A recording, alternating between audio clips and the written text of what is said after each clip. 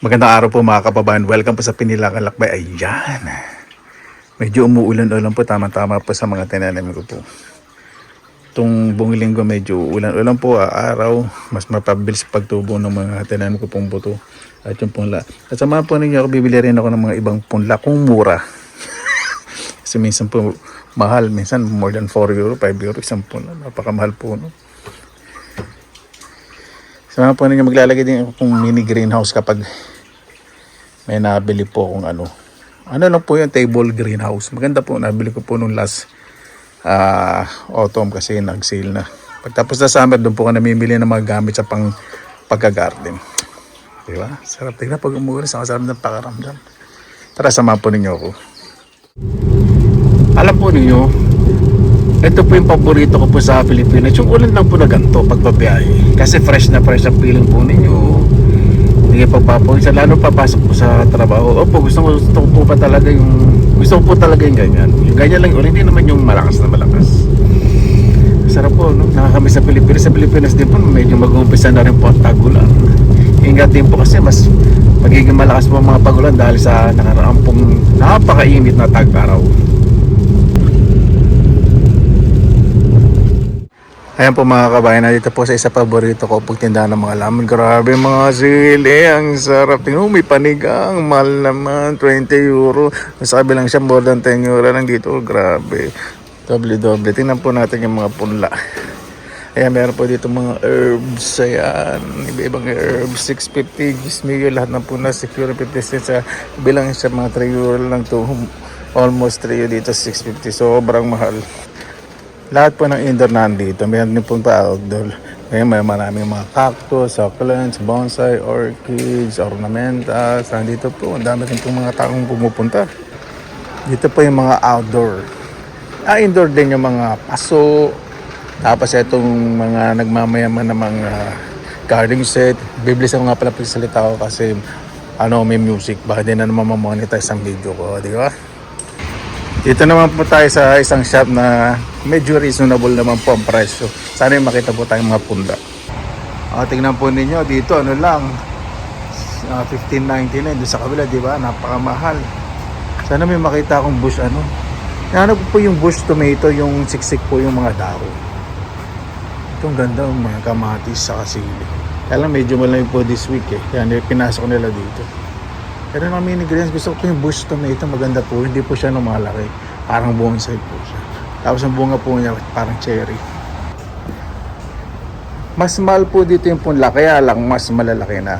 Doon po kasi sa kabila 369 natin, dito 4 euro. Saka yan Tapos yung mga sili po nila, ayan may bunga na. Di ba? Ito ko po isang sili lalagay sa greenhouse. Ito po yung sinasabi ko sa inyo, sa shop lang 1 euro lang pong spring onion pag sa garden section 4.59. Kaya practicality po, di ba? Tingnan po ninyo, kahit anong panahon, napakalinis po dito kahit saan pamunta. Wala po kang makikita lumilipad na kahit balat ng plastic ng candy.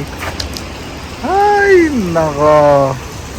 Saka tingnan nyo po, sa bawat establishment po dito, may mga puno, balanse.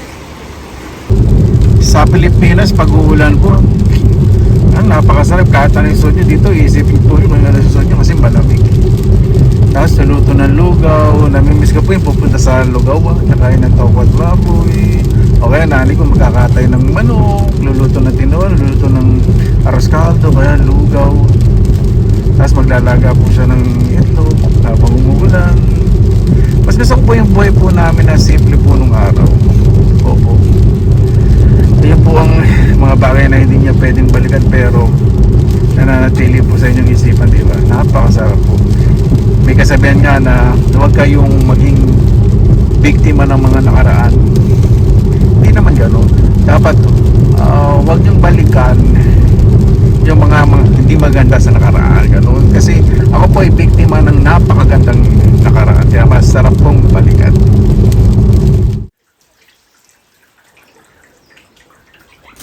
Yan, dito na po tayo sa bahay. Nanghingi din po ako ng mga bote sa kaibigan ko. Namili rin po sila Kasama po sa gali namili ng punla. Kita ko po sa inyo yung mga naipon ko mga bote. Ayan po. Ito, puro bote po yan. O, diba?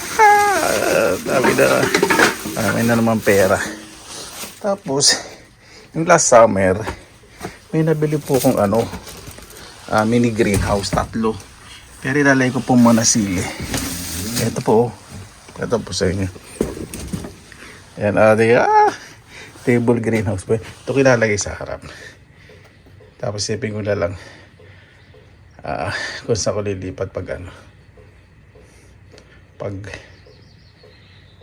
kasi maliwanag po dyan pagtapos na ulan kasi buong linggo po mag-uulan. Ayan po. Tapos yun yung sili. Pinili ko yung mataas, maraming bulaklak sa bunga. May mga bato rin po papabigat sa loob. Baka ipatong ko po dito. Kala pag mahangin baka di pare-pare, tignan ko po.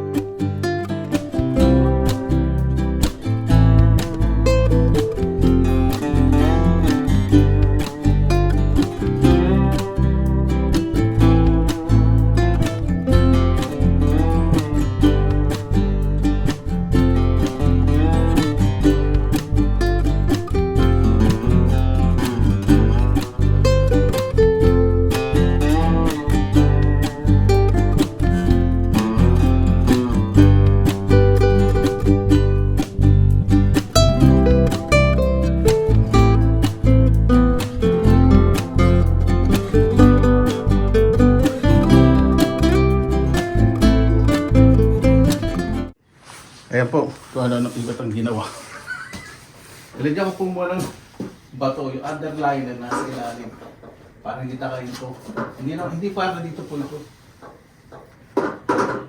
Tapos ito, nilagyan ko tali. Para hindi po tangayin. Di ba? Temporary ganyan po muna.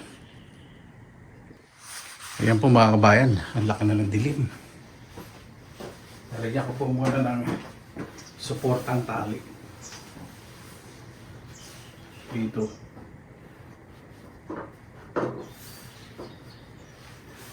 Ang disadvantage nito, tatanggalin yung plastic pag didiligan. Pero okay lang.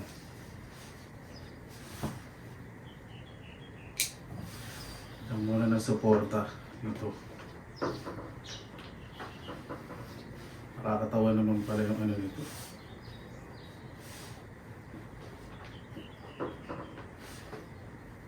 Sistema.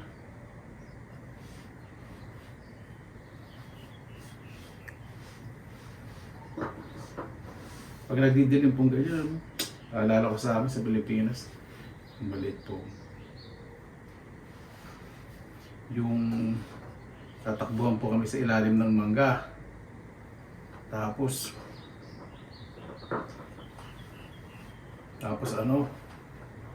hintay kami mga bagsak ng mangga. Tapos pag uwi, ulam ko po yun, yung mangga. Kamis lang po yung gano'n.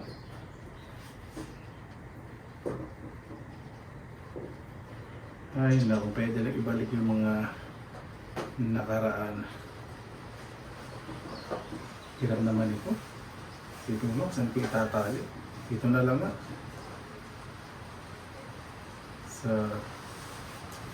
Sipin yung maayos na yun lang po Sipin mo yung maayos Ganyan lang po ginawa ko. Lagay sa plus ako pinato. Kaya mas madali. Makontrol po yung paglaki niya. Magiging parang bonsai, tapos lilinis-linisan ko, tapos angatin ko lang pag didiligan. Di ba? Ano po yan? Tapos sa likod, isip ko po saan ko po lilipat yan. Temporary dyan po muna.